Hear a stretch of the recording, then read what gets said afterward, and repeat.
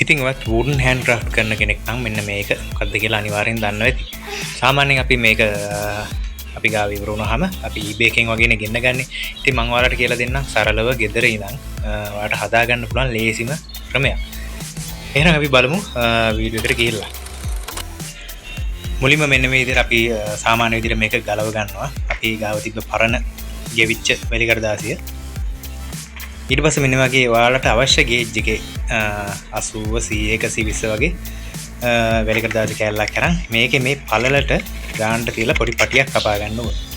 ඊට පස්සේ වැලි කඩදාසියේ සයිස් එකටම කපාගත්ත පොඩි මාස්කින් ටේප් කෑල්ලකුත් ඕන වෙනවා. කපාගත්ත ටේප් කෑල්ල මෙන්න මේ විදිහට වටේට මේක ගානට තියලා අලවගෙන ඉතින් පොඩි කට් එකක් දා ගන්නවා. එතෙන්ටත් කැපුමක් දාලා තමයි මේක මේ ඩ්‍රම් එකට අලවන්න ඕනේ. දැන් තියෙන්නේ මේක අපිට සුපර් ග්ලූ ගාලා අලව ගන්න.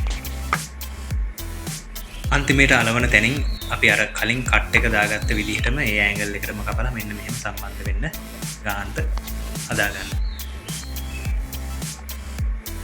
පස්සේ මෙන්න මේ ධාරයටත් මම ගම් ටිකක් දාලා හොඳට අලව ගන්නවා. හරි වැඩේ නිමා වෙන්නේ මෙන්න මෙහෙමයි. ඔයාලටත් පුළුවන් මේ වගේ එකක් හදන්න උත්සාහ කරලා බලන්න ඔයාලට මේක අවශ්‍ය නම්.